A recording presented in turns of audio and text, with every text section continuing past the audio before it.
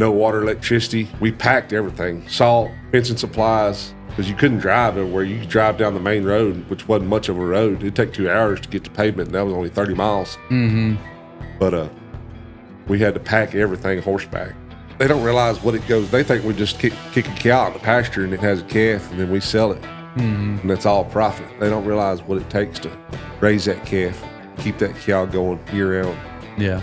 And, they don't realize all the things that go into it. I've kind of changed my mind about all that, because I can do better here 100 miles from my house than I can going out on the road, being away from the ranch.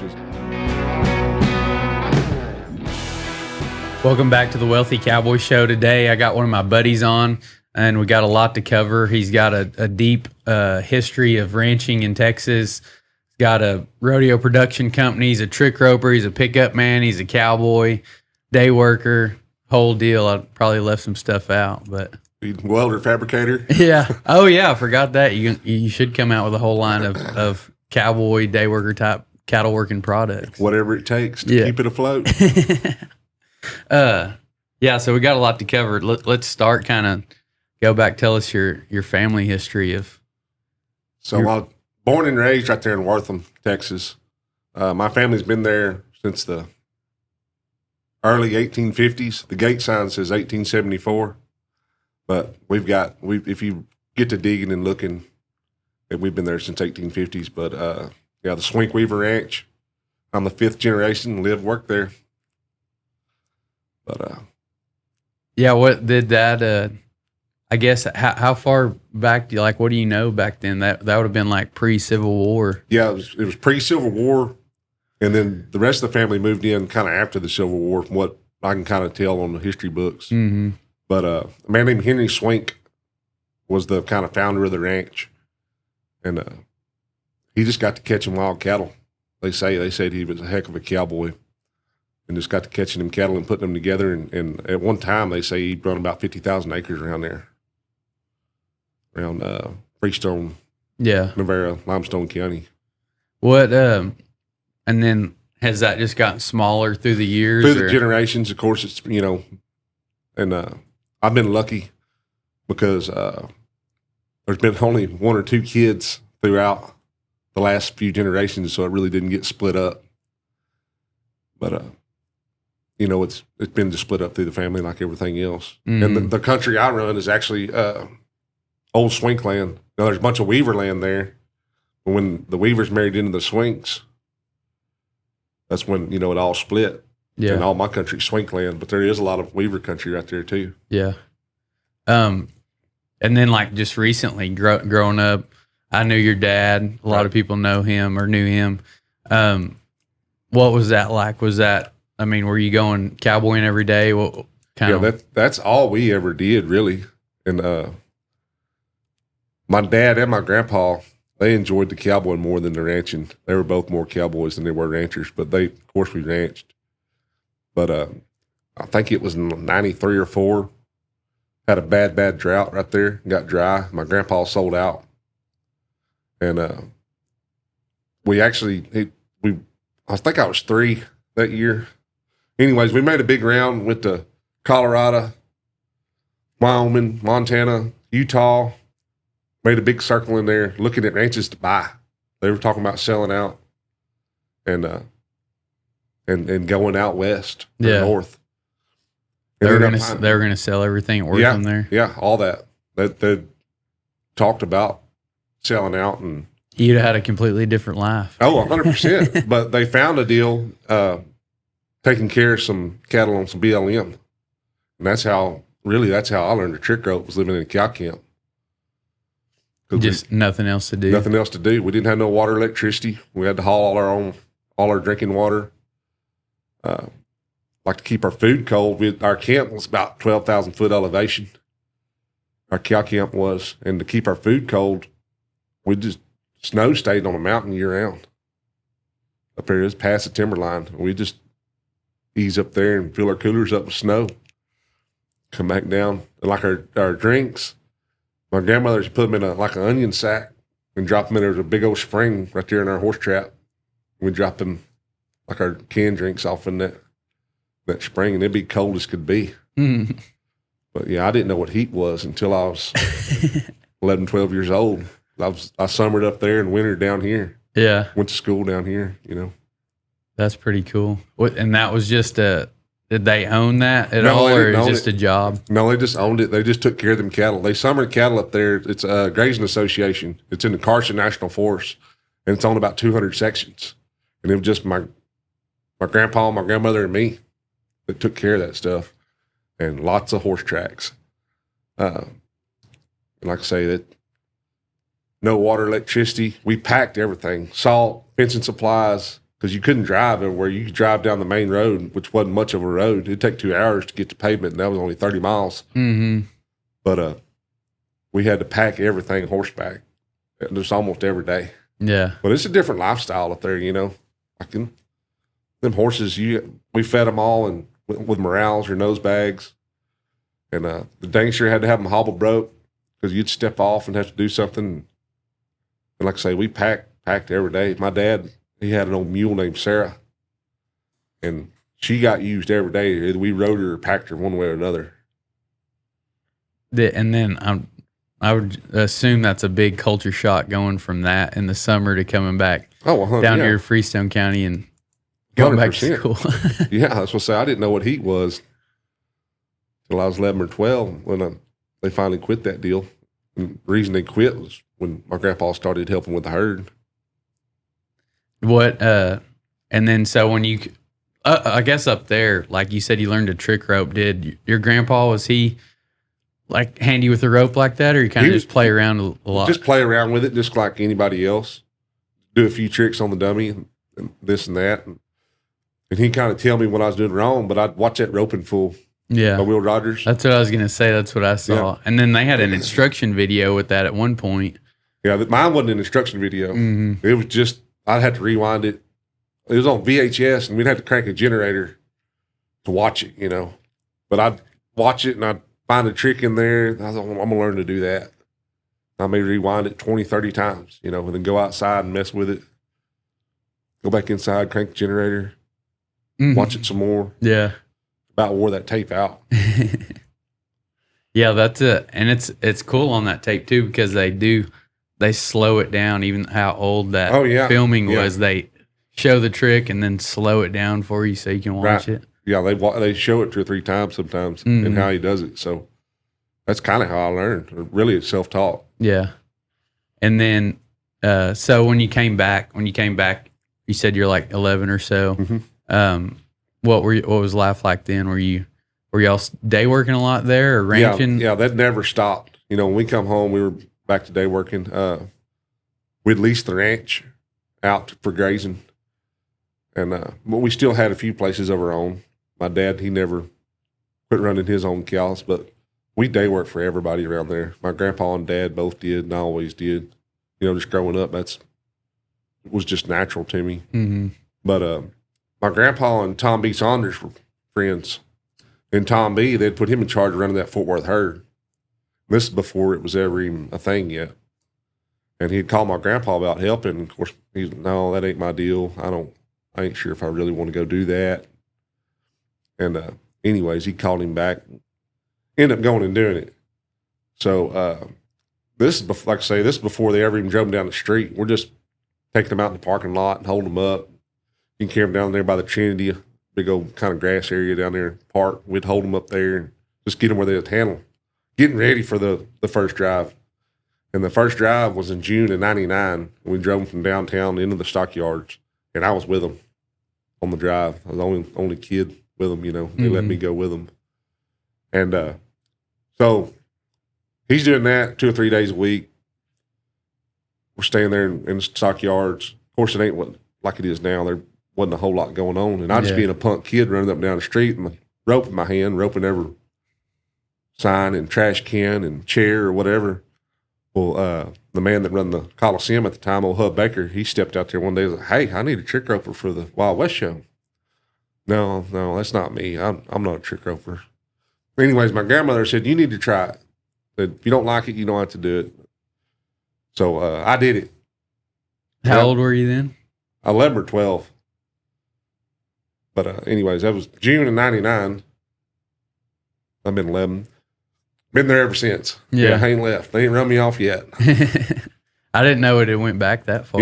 Yeah. I made a career out of it. Didn't even mean to. Yeah. And so have you been coming up here this whole time since then? Yes, sir. So originally, the Wild West show was just a annual deal. It was just in the summer. They only did 10 to 15 shows during the summer when the tourist traffic was heavy. Mm-hmm. And then it just got more and more popular, and we got to where we was doing it year round. And then at one time, we was doing over 200 shows a year. That's not including the rodeo. That was just the Wild West shows. So I was doing that plus the rodeos. And I tell people, we did 200 to 300 perfs a year. They think I'm pulling their leg, but no, that's what we was doing. Yeah. Yeah. Yeah, that's a lot of work. A lot of it. Yeah. But we was getting, 2 to 3, sometimes 4 shows a day. So they add up. Yeah. Huh.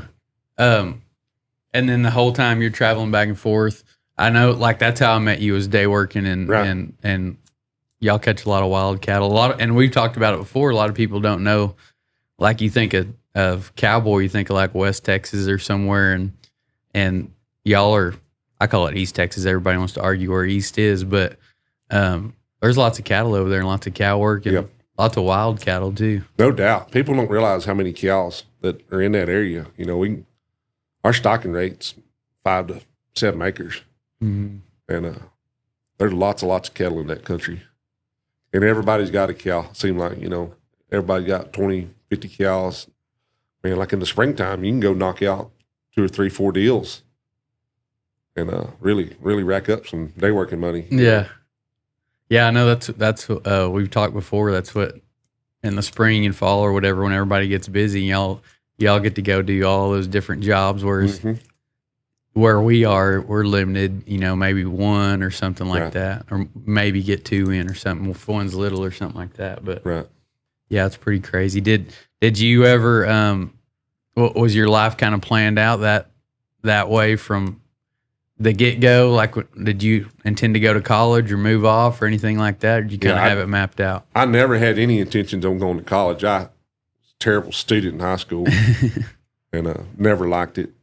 But yeah, I had no intentions at all. I was already trick roping. I already had a career and already running a few cows of my own and already day working. And kind of had a path figured out. And I was already welding some and building some trailers and doing some custom welding. Not no big stuff, but in the shop. I wasn't going to build no fence or anything then. Where did that come from? Where did all the welding and fabricating come from? I think just from school. We had a really good ag teacher. He was an old Marine.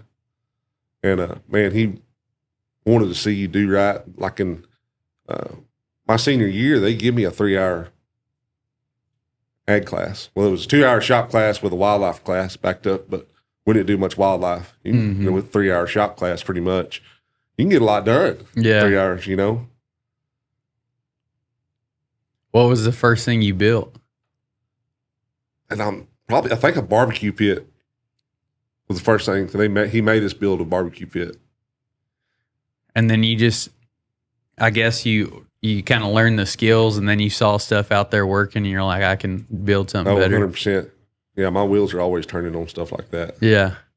Yeah, you've built some cool stuff. I know. I was just talking to somebody the other day, and they're like, have you seen that deal Ketch has? I want to build something like that. And then I know, like, one thing I want to get is like that little Ketch trailer type deal with the panels that come off of it. Yeah. That's pretty handy too. If you can load some down the fence for or sure. Something like that.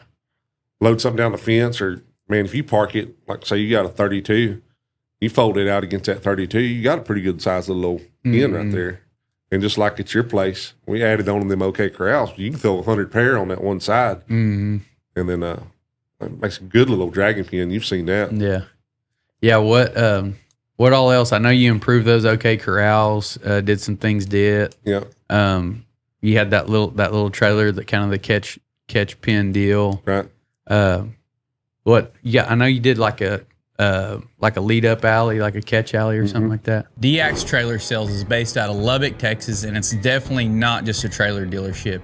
If you are involved in the Western way of life, and if you're listening to this show, you probably are, they have something you need. From trailers for a day working cowboy to a full-time cattle hauler to hay trailers for a farmer or rancher to arena drags, rope and chutes, and feeders for the rodeo cowboy or cowgirl. They also deal in every kind of hay any of your animals could ever need. Literally anything you need for farming, ranching, or rodeoing, they have something for you. And it's gonna be at a super affordable price. Besides all that, everyone you deal with there is super friendly and helpful. We just got new custom flatbeds built for our pickups, and I also got probably the coolest trailer you've ever seen built. And you can stay tuned for a video we're gonna do, and it's gonna show all of that and some more of their products also. So check out DX Trailer Sales on Facebook or dxtrailers.com. Well, I built a few of those so far, but the one that I'm using right now, it's 20 foot, 30 inches inside, it's 20 foot long, but it sits down and it's got a head gate on the front and then a head gate in the middle. It's just like a stop gate if you're working cows, but when you're working calves, you can catch them calves by the hips right there. And if you miss them or they get by you, they're still contained right there. Mm-hmm. But when you catch them right there, they can't flop around out there on the end of like if you just caught them in a regular WW. Yeah. And you can work lots of calves. Two or three men work lots of calves in that thing pretty quick. Yeah. You know. Yeah, that's a whole deal. I try to catch, and that's another thing. Like, I mean, two things right there is like you try to catch them on the hips, and sometimes if they're not the right size or back up and then go squirt, Right. They can get through and then they're loose. Or like you said, when they do get, if they do have a little bit of size to them, they get them by the hips and they're out there thrashing around. You got to get a hold of them. Yep. And that right there, it contains them. I actually built a little old insert that really kind of mashes them down. And man, I can catch them. And I'll reach in there and grab that tail and hold it. And you don't even really have to disable them with that tail. You don't really have to break it all the way over. You can just kind of hold it out of that man's face. Mm-hmm. And he can go to cutting on him. Well, I got a tray here that I can give 2 shots or whatever. And my notchers are tags right there. There's another tray on the outside, and I can reach through there and grab it. And there's a lot of times that I'll almost be done before he will be. And that's giving 2 shots and a notch, or then I'll have my pour-on warmer where I can grab and put it on their back. And the only time really that he's ahead of me is when I got to rail grow something and kind of need both hands. You know? Yeah. And all that just came from were you around a lot of people, like smart people that kind of helped you come up with that stuff? Or was it like you just saw? There's a guy that hauled me around a bunch down there. You've heard of him, Mark Duke. Mm-hmm. And he's raised a bunch of good dogs and ride some good horses. And he went to hauling me right there in high school and going and day working with him. And man, he worked lots of cattle around there.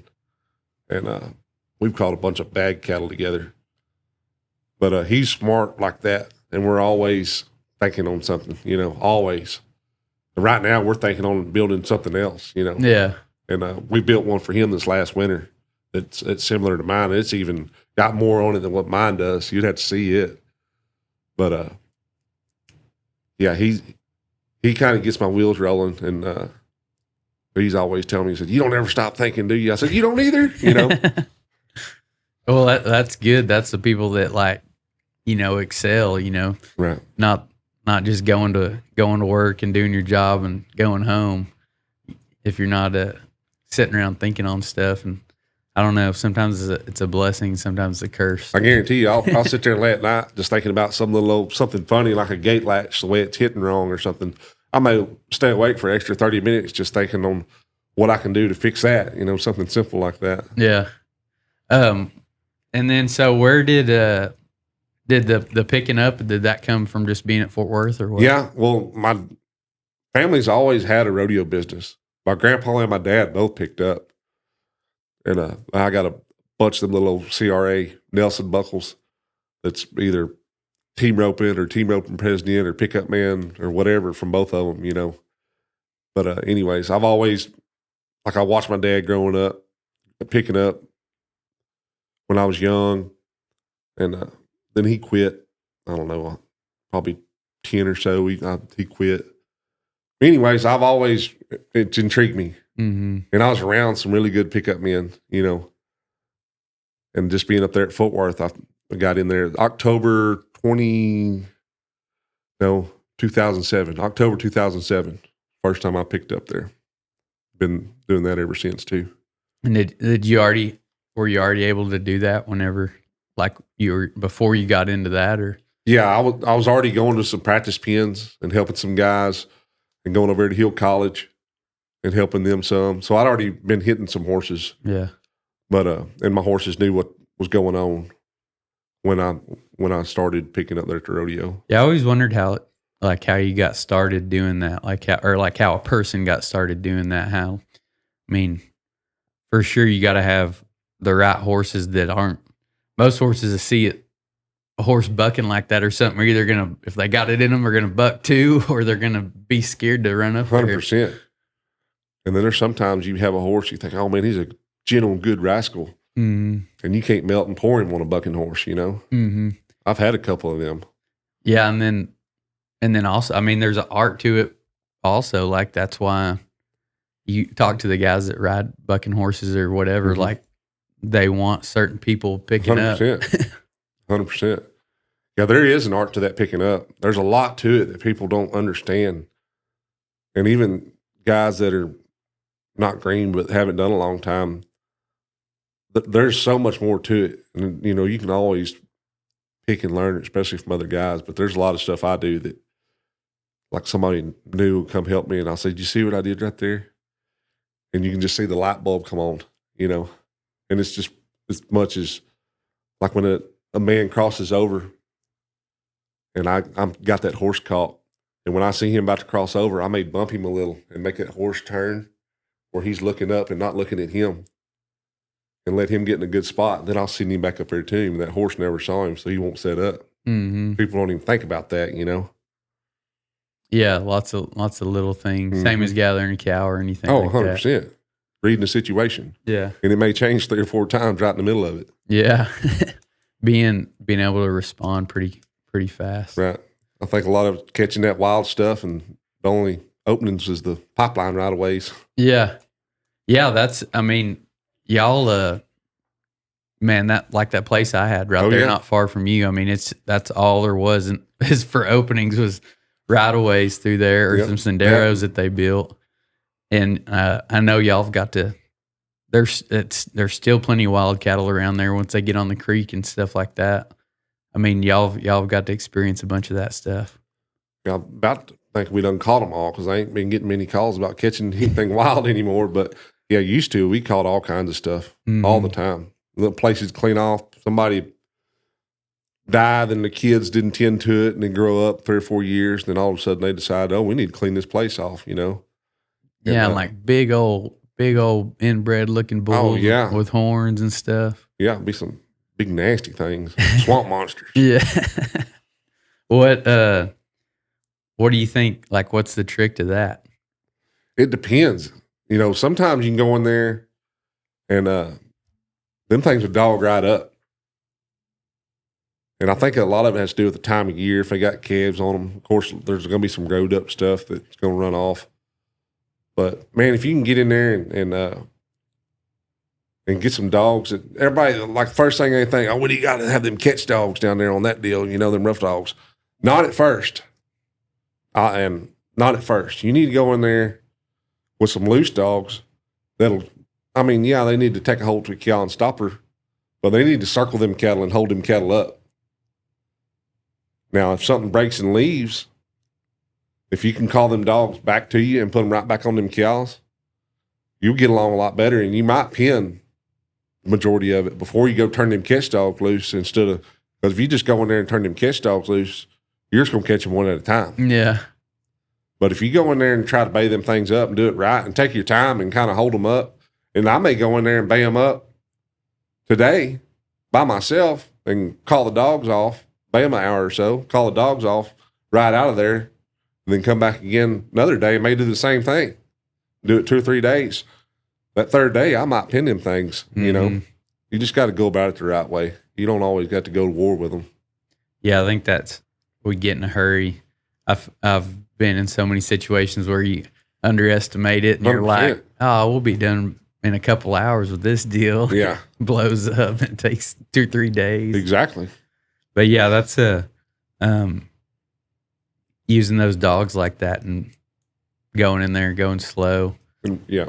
I think that's another thing that's always amazed me is being around good dogs and guys that can handle them and handle cattle and having different sets of dogs and always playing and breeding like that. Right. Have y'all always, has your family always been in that? Or My dad, he didn't care about a dog at all. Really? At all. Unless it was a hunting dog. He had some wolf dogs and some coon dogs and stuff like that. But as far as a cow dog, he didn't care for one. My grandpa, he had some. Yeah. In his early years, but not when I was around. But man, when I got to go with Mark, seeing his dogs and all that, it lit a fire in me, and that's when I started getting them. Mm-hmm. I was right there when I was probably 17, 18, and I've had kind of the same dogs ever since, you know. Yeah, that was the first time I was around some. I was like, I've got to get some of these. Mm-hmm. Makes life so much easier. Right. Yeah, there's a lot of country we wouldn't get them if it wasn't for them dogs. Mm-hmm. Just because the country's so rough. And man, when you get them dog broke, you've been going there same place for 15, 20 years. I can go in there just old loose jip and put them on there. There may be some sure enough wild kind of cows, but as long as that dog's up there, we're fine. You know? Run you over if you get a foot, but as long as you're right, exactly. You get to the pens and shut the gate on them, they're gonna eat you up. But they do whatever you want to with one old loose jip out in front of them a lot of times. Mm-hmm.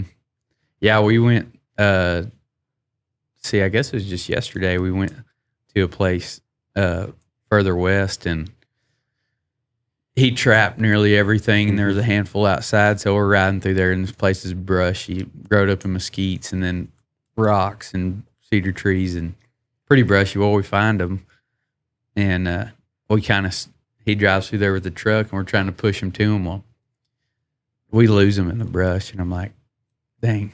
Should have brought the dogs. Yeah. We might could have had a chance. There's a lot of times you're in that thick brush, you just need a dog on them just to know where they're at. Yeah. You know? Yeah, I mean, you don't have a chance. You can't even keep up with them or see them, don't know where they went, don't know where they are. They could be 20 yards in front of you and you can't see hide their hair of them. Mm-hmm. I remember one time, to tell a story on our old buddy Brandon Sikorsky, we were up there at Cash's, and we told him he was coming up there for a rodeo or something, you know, like, bring some dogs. We're going to go catch some stuff. I think there was just one yearling left in this pasture. And it wasn't that bad. You've probably been there. They call it the Lewis Bottoms, but there's a big patch of brush kind of right there at one part of it. And this dang yearling, he would come out there. We'd had the dogs on him, so we knew exactly where he was. And you go to pushing him out, you know, and have everybody on the outside ready to rope him and stuff. He'd get right to the edge and just turn around, run back in. Did that to us for hours. Brandon said, man, I'm tired of this. So he gets in one of those trails and he sets up a snare with his rope in the bush, ties it to a tree. I'm sitting there on another trail, and this yearling, sure enough, just runs this pattern. He starts coming that way. I'm like, here he comes, Brandon. He's down there hiding in the brush and holding on to that rope. Sure enough, he runs through there, and Brandon, I hollered at him. He jerks it, and we had him caught. Oh, yeah. I think the yearling ended up dying like the next day because he choused him too much. Yeah, stressed him too much, but we got him out of there. You got him, though? Yeah. Yeah, I've been in that situation a bunch, too. Them cattle, they'll have a little pattern, and you kind of see them do it 2 or 3 times, and we'll set them snares for sure. Yeah. Yeah, it's funny.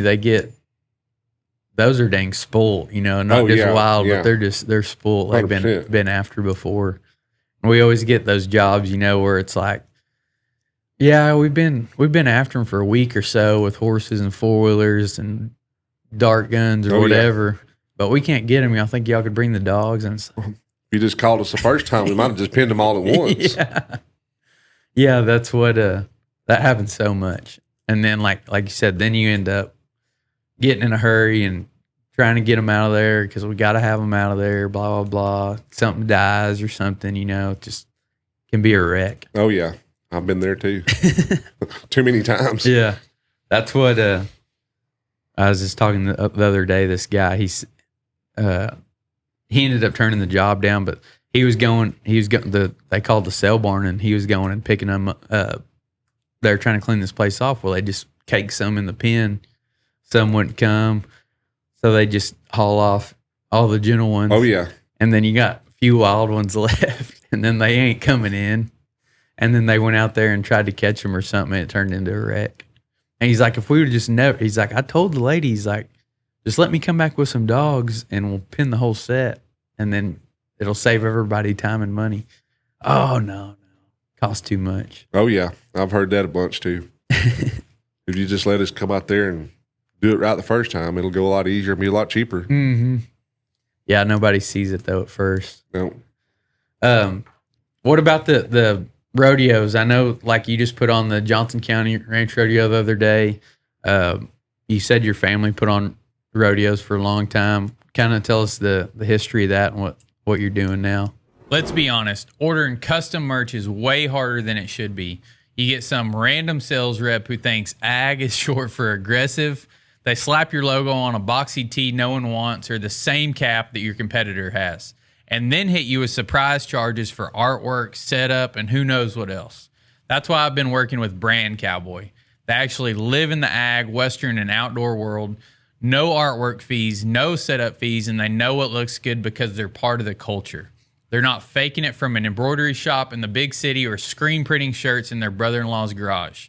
We're even building Wealthy Cowboy Show merch with them right now, and it's been awesome. They made it easy, fast, and actually fun. And if you want more than logos on blanks, they've got full cut and sew capabilities built from scratch, custom fabrics just for your brand. Private labeling inside and out. Head to brandcowboy.com and book a call. Mention Crockett and get a free 30-minute consultation on how you can build merchandise that your customers will actually want to wear, and at such a high quality you could offer it for sale no matter what industry you're in. Brand Cowboy. Made for you, made for your brand. Well, I've been around, like I say, rodeos my whole life and doing the Wild West show and all that stuff. So I got a knack for production. I understand how it needs to flow. You know, I'm going to run a quick show. I know how to put stuff where, okay, we need to be setting this up for the next event. So I'll put something in the arena, calf scramble or something, you know, we'll put it right there and that'll give us time to get ready over here. That way there's always action and there's no break in the show. I mean, you've been to my rodeos. I do not mess around. And anyways, so I just started putting them ranch rodeos on. The first ones, you probably came to them there at Wortham, and there was no production there. That was wild, wild west, you know. Old Barry Clary come and help me put them on. And, man, it was wild back then. Yeah, no rules, no. Is that pretty much you don't kill anything? That was pretty much it. Just don't kill them. Yeah. Yeah. Is that where, speaking of that arena in Wortham, is that like, did your family put stuff on there a lot or? Oh, yeah. Yeah, there's no telling how many rodeos they had there. Yeah, back in the day, they had a bunch of open rodeos, all-girl rodeos. They were real big into having them all-girl rodeos. My grandmother, she was one of the only female team ropers in the country forever. And anybody that older generation that meet me was like, I knew your grandma back then. She wanted roped, you know. But she learned to rope from screwworms. Oh, yeah. When her and my grandpa first got together, they said the screwworms were really, really bad and said he'd rope one and then she'd get his horn knot, hold the cow, and then he'd go heal her. And said it wasn't long. She'd figured out how to heal one, you know. And then wasn't long after that, she'd catch either end. You know? Well, that's how they were catching so many of them screwworm cattle that she learned to rope because of that. Yeah. Wonder if or have a similar situation coming up. Man, I hope not. Hope we can get ahead of it. Yeah. Fix it. You would think. I mean, that's what I say is like, with all the technology that we have nowadays, 100%. Like, how can we not get ahead of this thing? 100%. Yeah, I don't see why they can't get ahead of it and get them sterile male flies and all that stuff just like they did before and prevent it. Mm-hmm. But, yeah, now you have you put on several of those big rodeos. You're fixing to have a Halloween rodeo. This will probably this will be out before that, I think. So back at Wortham, and you're always doing the parades and trail drives and all that with your little herd of cows. Yeah, I've got a set of longhorn cows. It's most productive set of longhorn cows you ever saw. not only do I ranch them and get a calf off of them every year, we do numerous parades, good big parades, you know. Yeah. And, Have you ever seen them? Have they, like, how long did it take them to, like, if you go, I mean, a small town deal maybe, but like you take them big places and stuff, did they ever get spooked at anything? Pretty. Not yet, but they get the handling so good. I was using them in the Wild West show. But now some of them old cows are dying off, and I'm having to put some young cows in there that don't get handled like they did. Because used to, they got handled every weekend. We were, like I say, they were doing 4, 5, 6 shows every weekend. So they got handled a lot. Yeah. And we're in town a lot. And like I say, it was in the arena, but they handled good just because we handled them so much. And that's how I got to doing that deal. Well, now I'm having to train some more. I'm having to keep them in my house, and which is good. I can start some puppies on them or whatever, and just get out there in the evening and drive them around and hold them up and all that just to train new parade cows. Turns into a job. Yeah, itself. it turned into a whole job that I didn't even know I had to have. Were those were they the same cows that you use for like wild cow milking at the rodeos and stuff too? Some of them are. That's what it's funny. Somebody be asking about the cow milking cows in the ranch rodeo. I said, it's the same ones we just drove down the street 2 days ago. There's no way. I said, yes, it is. Yeah, drive them down the street in the parade and then put them in the arena and milk them. It may not be it may be a mild cow milking, not a wild cow milking. But either way, we're milking them. Yeah. They, you know, it's funny. I used my cows again the other day at Gatesville, and some of the ones that you think were going to be wild, like the bucking kind of cows that people are scared of, they would just stand there. And then the ones that got ate up the most were the smallest little Corrini cows. That's what I think it was. Remember, I know Cash got drugged down the arena by a little Corrini cow, and then I don't remember, somebody, either Luke or Corey, like the smallest little, like, look, you could still run it through rope and shoot and rope it. And just jumping around, dragging them around. You're exactly right. You know, we always had them 2-man cow milkings at home at Fairfield and Teague, Mahia. And there'd be a cow back there just hooking the paint off the fence. And my dad, you know, that's the one I want right there. I hope I draw her. And everybody else is just scared to death. But that's the one that's going to sit there and take it. Mm-hmm. You know, you get her caught and let your mugger get a hold of her. She's just going to stand there 99% of the time. She's just going to take it. Yeah. One thing, she's been back there wearing herself out all day. But them cattle like that, they seem to soil when you get a hold to them. Yeah, they don't want to run. They just want to stand there and fight, be mad. Right. When I carried all my bucking cows to Stanford, you know, everybody drew out. And I think I had to mug some of them, and I was out of mugging shape, you know, but I still mugged some. I mugged one from my dad. And anyways, it tickled me. I was like, man, once you get a hold of these things, it ain't nothing like them big old 1,300-pound English cattle. Yeah. I'd much rather mug one of them little horn cows. Yeah, I guess this last year they were kind of like some little, look like first calf pairs. You know, there were some little old black cows, but the year before, I think it was, there were some big old slick cows, and I'm just like, you get a hold of them, you don't even know, like, they don't even know you're on. They don't know you're there. Yeah. Yeah. You know, those horns scare everybody, but if you can get a hold of them and not. You got something to get a hold of, first of all. I can get a hold of them. I can kind of pick their head up. I feel like I got them, you know. Them muley cows, especially them big ones, they just put their head down and run off with you. I never got them, you know. All I'm doing is just running beside them. Mm. How did you kind of branch out to like you said, you've been at the stockyards for a long time, but now you're doing trick roping at other rodeos. You're getting booked to do these parades with those cows, put on Wild West shows, do the shodeo deals some and all that stuff. How did all that come about? Like, it actually turned into a business. All word of mouth. You know, people see you, hear about you, whatever. But yeah, I've been lucky. I've been all over with that rope. I never thought that I'd go the places I've been just because of that rope. Yeah, you know, people say make a living with a rope, and they don't think of what you're doing, but you're doing it. 100%. 100%. What are some big rodeos that you've done? Denver, Fort Worth Stock Show, trying to think of some of them other ones, them big pro rodeos. The Rio Grande Valley, down there at Mercedes, been down there. New Braunfels. You put me on the spot. I should have made a list. What about like I know you do like not rodeos, but like some other events you tell us about. Like what are some cool events you've done like that, just private events? Well, I do a bunch of like corporate events for companies. It may be some big high-end 5-star company that just has a Western themed party and they want a trick roper there or cowboy there to hang out with them for a couple hours. And I go do them. And I may do 2 or 3 of them a week in the evening, and slip off and go do them. And them deals right there, are really good money-making deals, because there's not much involved. You just show up with a rope in my hand. Yeah, kind of like wheel riders. You show up and shake hands and talk and twirl your rope around a little bit. And that's most of the time, that's what it is just people are interested in what we do. And now more than ever, I think. But they're going to have a bunch of dumb questions and just be ready to answer them. Like I kind of got to get in my head before I show up and be like, hey, don't be rude to them. They just don't know.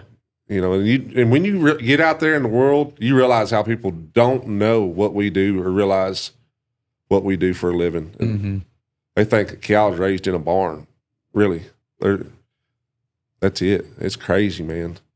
Did you see a shift like after everybody calls it the Yellowstone effect? Like after Yellowstone, did you see a big shift and a pickup in that kind of business? 100%. So in 2020, they changed management to Coliseum, and that's when they're upgrading everything there and redoing Mule Alley and built Hotel Drover and put all them high-end stores there. And in my simple mind, I was thinking, man, this will never work. And I was wrong, and I'm glad I was. But like I was thinking, like the tourists that we had before, they're going down there to the general store and buying a $20 hat. Well, now, since this deal's come about, they're going up there to the best hat store and getting a good $300 or $400 American and putting it on their head instead of that little old cheap Tim McGraw hat. Yeah. So things have changed for sure, but the crowd has changed, in my opinion. Mm-hmm. Yeah, it's a whole different setting down there. Yeah, 100%. 100%. It's more, I don't know, like I'd say highfalutin, whatever a good term for that is maybe. And I don't know, I mean, not as many. There's always been tourists. You'd have kind of a tourist crowd, and then there'd be a good group of cowboy crowd. I don't know. I don't go down there as much anymore. You probably see kind of how it's changed. Yeah, to me, I wouldn't say more tourists, but it's way busier than it's ever been. But the cowboy crowd, everybody's dressed like a cowboy now. It's hard to tell which one's which. And just like I was talking about, they go up there and get Danny to shape my hat that looks like ours. Well, you can't tell until you get up to them and really talk to them if they wear the hat now. Used to, you can tell the difference right off. Yeah, you just bought that at the gas station. Right now, like you said, you got a professional hat shaper. Yeah, you got a professional hat shaper up there, whipping them hats out and shaping them right. You can't tell the tourists from the cowboys. You got to tell Danny to put a mark on them. Yeah, we'll have to put a lightning bolt on them or something. Yeah, and it is crazy. Like even, I mean, you're running into straight city people up there, but even in a small town or some of my like family or something that's pretty close to it, but not involved in it. I mean, it's crazy how, I don't know how like little education there is out there, or people just don't pay attention or what it is, but, they're getting some type of an idea from TV now. That's way dramatized, but it's for sure. It's closer than probably what they had in their mind, I think. If you didn't hear Ben Hell's story on episode 69, you need to check it out. He's been earning trust in the cattle industry one handshake at a time since 1995 at Western Livestock. Western Livestock is proud to be family-owned and operated now with 5 locations: Oklahoma City, Woodward, Comanche, and Waurika, Oklahoma, and also Knoxville, Iowa. They're proud to do business the Western way with honesty, integrity, and a handshake that still means something. You can join them ringside or stream their sales from wherever you are. Western Livestock, where a handshake is their word, cattle are money, and timing is everything. If you're looking to buy or sell, contact Ben Hale at 940-631-BEEF. That's 940-631-2333. Check them out on Facebook or westernlivestock.com. Yeah, I think you're right on all that. But, yeah, they don't realize what it goes. They think we just kick a cow out in the pasture and it has a calf and then we sell it. Mm-hmm. And that's all profit. They don't realize what it takes to raise that calf and keep that cow going year round. Yeah. And, yeah, they don't realize all the things that go into it. I wish some of them folks would just come stay with us for a couple of days. And I think it'd change a lot of people's point of view on what we do and the world. Yeah, it's hard to stay in that mindset, like you said, of being like, let's be nice and be, try to be educational and all that, instead of being like, are you kidding me? Exactly. We get in our own little world, and like you said, they're not being mean. They're, most of the time they're just curious. Exactly. Yeah, they're curious, But yeah, you need to educate them, and let them know what's going on, and I think it'd be better for everybody. Mm-hmm. Have you seen in the actual rodeo in the Cowtown Coliseum? Is there more people coming in there and watching that? Oh yeah, our shows are sold out on the regular now. Used to Thursday, Friday night there wouldn't be 1,000 or so folks in there. Now we're at capacity almost every single night. So I can't even come get a ticket if I wanted to. No, it's cheaper. It's cheaper just to enter the rodeo and use your back number to get in and draw out than just to go buy a ticket anymore, I believe. Yeah. I'd use that. That's a good strategy. Just if it's sold out. Then you can wear your back number around and everybody know that you're a cowboy. Yeah. If y'all want to go check out Cowtown Coliseum Stockyards Championship Rodeo, just enter the rodeo and just turn out. That's going to drive entries up now. Oh, yeah, for sure. Everybody's going to be mad at me. What cool things you got coming up? That Halloween rodeo, I've done some ranch bronc deals where kind of like a wild rides. But we want to have something fun for the community, for the kids and all, and have some kid events. But the Halloween deal, I told everybody they're going to have to dress up and kind of have a theme for their team. And I'm kind of looking forward to it, kind of see what people are going to do. Yeah. You have to get your content guy to go down there and video it all. We should. That'd be pretty good. What you got any more like events or rodeos or anything planned like that? Taking your herd of Longhorns anywhere? Not till after the first of the year. Right now, we're just kind of slows down right now. Go to Vegas, and turn around and come home. And, but yeah, we're always busy at Fort Worth. I'm there 34 days a week now. Mm-hmm. Are you doing anything in Vegas, or are you just hanging out? I'm just going this year. I'm surprised you hadn't got booked somewhere out there. They've asked me to do it a couple times actually, but they want you to have your rodeo count, and it's got to be X amount of rodeos, and then X amount of performances. Mm-hmm. And one time I didn't have my rodeo count, and one time something happened and they decided not to use me. But at least I was considered, Yeah. I didn't even think about that. I mean, I guess to do the finals, you have to be a PRCA member and all. Yeah. Yep. Have your card and all that. Right. Huh.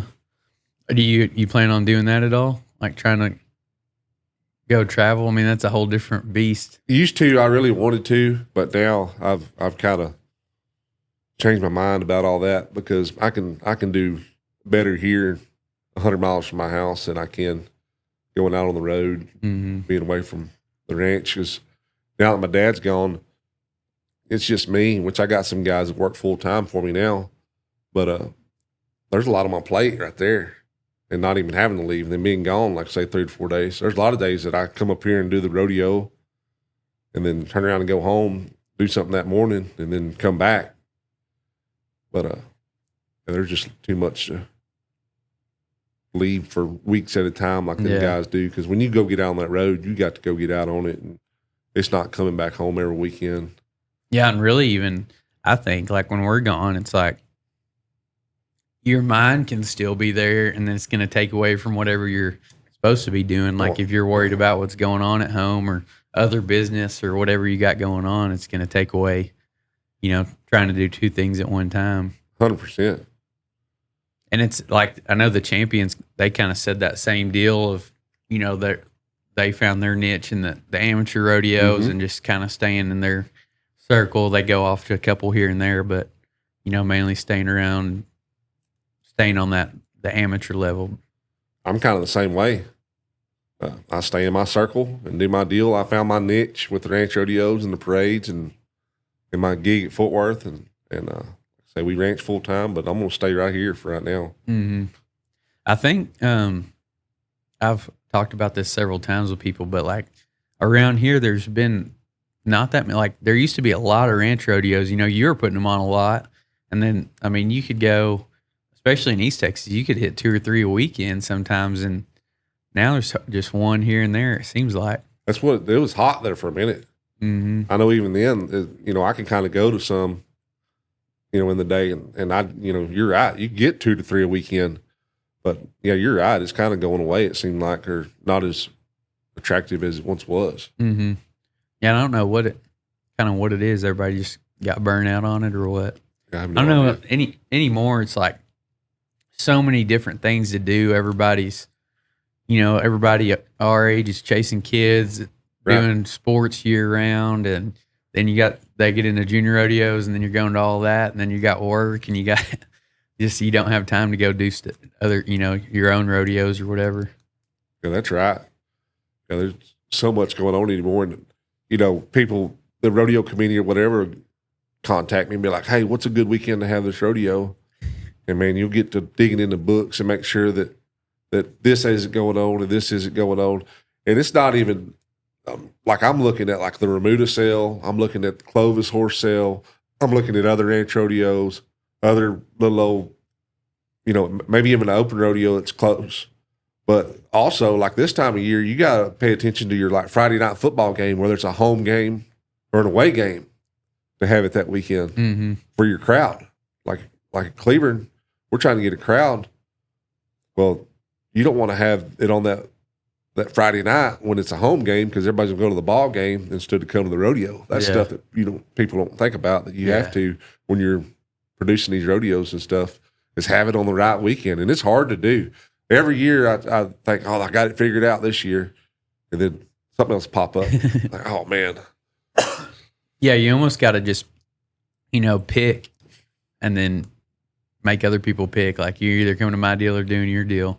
But that is a whole nother thing on the production side of the stuff that I've put on is like, I'm trying to think, if it's a crowd deal, if it's just a little backyard deal, it's all for the contestants. But if you're trying to draw a crowd, what events, how can we keep people engaged? How can we get people there and all of that? And you're trying to please the crowd and keep the contestants happy. But, a lot of times, like I'm sure like at Cleveland, I mean, the crowd's what makes the rodeo. I mean, makes more money for the rodeo than the contestants' jackpot money. Yeah, a deal like that, committee hires me to produce the rodeo, but they're banking on that crowd to show up. Mm-hmm. So we have to put on a show for them.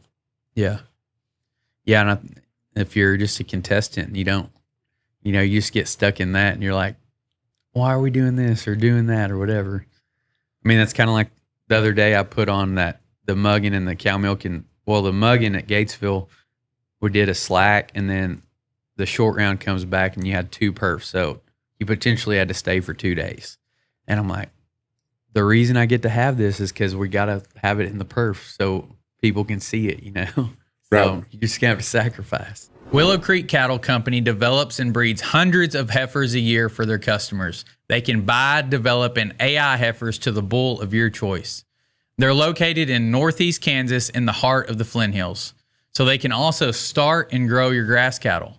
The U.S. cow herd is currently at the lowest inventory ever recorded, and with these record high calf prices, Willow Creek Cattle Company can provide a turnkey supply of AI bred heifers to help you rebuild your herd. Give them a call for all your backgrounding and heifer development needs, 620-344-2795. Because some of them guys are closed minded to that. They don't understand it, just like I know used to. They've all kind of got it figured out now when they show up to my deal that, come on, be ready, be in the arena. Let's go. There's kind of a, urgency about it. And before, some of them guys, I can tell they get aggravated with me and stuff. But now I think they're starting to kind of understand it. It's the reason we're getting to do this is because we're putting on a show for them folks to make the committee money to have the rodeo. It all just goes down the stairs. Yeah. Yeah, you gotta be grateful for the opportunity really anymore. Right. What about the kind of wrapping up? What about the Halloween rodeo? Like I said, this will come out. I don't know if people probably have a little bit of time to go to it. How can they find out about it and stuff? And, go to the Weaver Pro Rodeo Productions Facebook, and you can message me on there. You can go to my personal Facebook page, Ketch Weaver. Message me on there. That's about the easiest way to get in touch with me. Mm-hmm. What would your advice be to someone getting started just in anything, in ranching, going out on their own, graduating college, graduating high school, something like that? Don't buy the cows in the place at the same time. Try to get one or the other. And I know that's hard to do, but man, as high as cattle are right now and high as land is, you need to have one or the other, in my opinion, right now. And I know that's kind of dampers somebody's fire, but that's just kind of is what it is. But I would say go and start ranching with somebody else. Go to work on some of these ranches. Get in with them. Somebody that knows what they're doing, and you can tell that they're making a profit, and ask them. And most of them guys, they're going to help you. And I'll tell you what I do on my place and how I run it to make it a profitable ranch, because that's the bottom line. There's so many of these people out here just doing it just to do it and break it even, but that's not why I'm here. I'm here to make them cows work for me and get the most money I can out of them. Yeah, or some people just don't care if it makes money or something. You got to be sure you're not following those footsteps. Don't follow those folks. As long as if you're trying to be profitable. I heard it. I don't remember where I heard it the other day, but on that same note, they said, the cows either pay for themselves, pay for the place, or pay for your lifestyle, but not all three. That's 100% true. That's 100% true. Didn't you sell your cow so you could buy your place or something like that? Yeah, or sold a bunch of it or something? I sold all my rodeo cows. I had a bunch of them bucking bred rodeo cows. Some of them was getting some age on them, and I'd quit raising bucking bulls out of them. I've been putting a beef bull on them the last few years, but I sold a big herd of them to put a down payment on my place, and it's the best thing I ever did. Yeah. And now all that's totally flipped for me. Yeah, I think it's like that delayed gratification or being able to make that sacrifice or something. I don't know. For me, it just kind of came with age, being able to be like, I really want this thing, but if I give it up right now, I can have something even nicer in the future or more of it or whatever. That's what I saw. And just like back then, man, I was trying to run 300 or 400 cows, and a lot of them were turnout cows, but that's what I was trying to run at that time. And man, I was just chasing my tail. And I kind of figured out the number that I could run to make it right and make it pay for everything. And that's where I'm at right now. Yeah. Yeah, it's got like a diminishing return. Once you go past a certain point, then you either need to get way bigger or back off. But if you're just right past a certain point, then you're not going to be doing any better. That's exactly right. Yeah, I backed off, and it's way more for the better than what it was. What about one skill, like one important life skill or one important trait? If you could just boil success down to, if you work on this one thing, you're probably going to go somewhere. I think it'd be hard to narrow down to one. Yeah, it's a trick question. It sure is. Just work hard at all of it, It'd be hard to narrow that down to pick one thing out. Like my papa said, he said, close your mouth and open them ears. That's pretty good right there. He told me that a bunch. Yeah, that's for sure. I mean, you've heard that said several different ways, but just like we talked about how you come up with all those different deals, like paying attention to stuff, Right. not sitting there yapping. You're sitting there analyzing, studying, thinking, and listening to people, listening to what their problems are. The people that have built businesses and stuff, not just ranchers sitting over there, but people that have built businesses is like, how'd you start this? Like, well, I needed this and there wasn't, there was no product for it. So I built it. Or, I saw I had a bunch of people coming to me asking for this product. So I, built it, or, whatever. So it's just solving problems and sitting there listening to people and then trying to come up with a solution. That's 100% correct. And there's so many different ways to go about it. Do it best that fits you. Just like in my deal, I don't own a tractor that runs right now. I hire all my farming out, which isn't much. It's mostly all just hay production. Mm-hmm. But I hire it all out because I don't have time to mess with it. But that's what fits me. Yeah. And it may fit you to go buy 2 balers and 5 tractors and a cutter and a rake, but it doesn't fit on my ranch. Mm-hmm.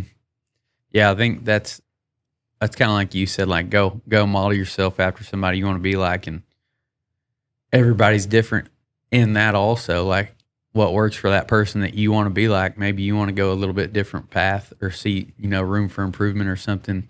I see that just on that note, so many people make the mistake of trying to do it all themselves, and working at the sale barn and stuff, you see these farmers, they only pull their trailer twice a year. Well, every time they pull it, they blow tires out. So every single time. It would be smarter just to hire that done, sell the trailer for a few thousand, do something else with that money. You save yourself headache, time. That's what a lot of my customers have realized that, over the years. It's cheaper for me to bring my corral set up, my portable chute, and it may be both, I've got the little set of pins in that big set and put them together or whatever. But it's cheaper to pay for all that twice a year than it is to build a set of good pipe pins. And a lot of them folks have realized that. And it's cheaper, just like you just said, it's cheaper to get me to haul them once and pay me $200 to go down the road than it is to own a trailer and have it insured and registered and put new tires on it every year and all that. Yeah, you really got to cost versus value. Like people see it like, well, I'm going to pay you this much every time to do it, but you also didn't put the money up to go buy the trailer or build the pins or whatever. You can go do something else with that money, plus your headache and your time that people don't value. Right. And of course, we always wrap up with your favorite restaurant. Oh, favorite restaurant. That'd be tough. I got a whole list of them. Man, that's supposed to be the easiest question. No, that's about the bad thing about, or good thing, maybe, about being in Fort Worth right there is all the good places to eat, walking distance from where I stay, Yeah. But, man, Del Frisco's is hard to beat. I like Del Frisco's. We eat there 2 or 3 times a year. Yeah. Pretty good stuff. Yeah, that's kind of where we pick. Same way when we come up here. When we don't get to come as often, so it's like, where are we going to eat? We want to go back to Del Frisco's we know is good, or try something else. Right.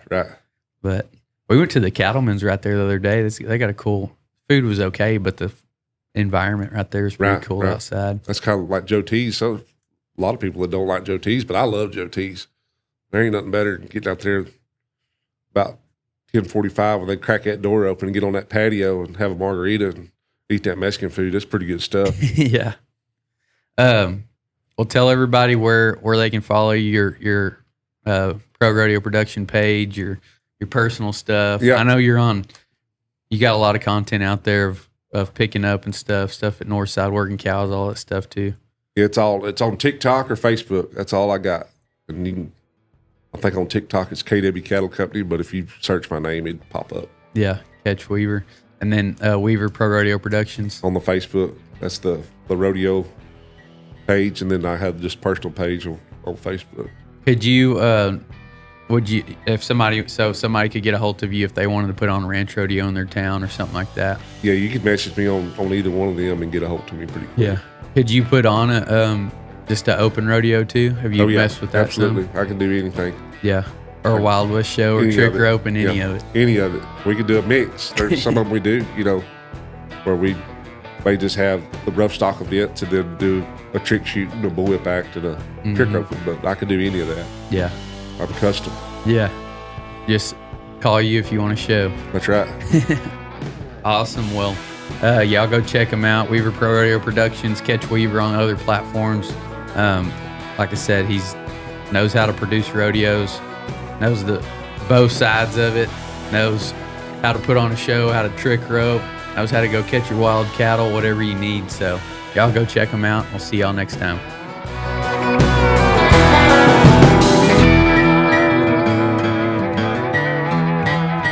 As a business owner, you know Google reviews can make or break you. The problem, happy customers don't always speak up, and the few bad ones can drag you down fast. That's why we built Review Wizard, a free tool that makes getting 5-star reviews simple. Just post a QR code in your business, customers can scan it, and in seconds they leave you a review. But that's just the start. Review Wizard helps you respond to customers automatically, share reviews straight to social media, and even add them to your website to build instant trust. Every new review boosts your Google SEO ranking, making it easier for new customers to find you online. And if you want to take it to the next level, our AI upgrade can filter out the bad reviews before they hit your page and engage with your customers so you don't lose them. That means more good reviews, less damage control, and stronger relationships. The best part, the base version is completely free. No catch. Just click the link below and start turning your happy customers into your best marketing team today.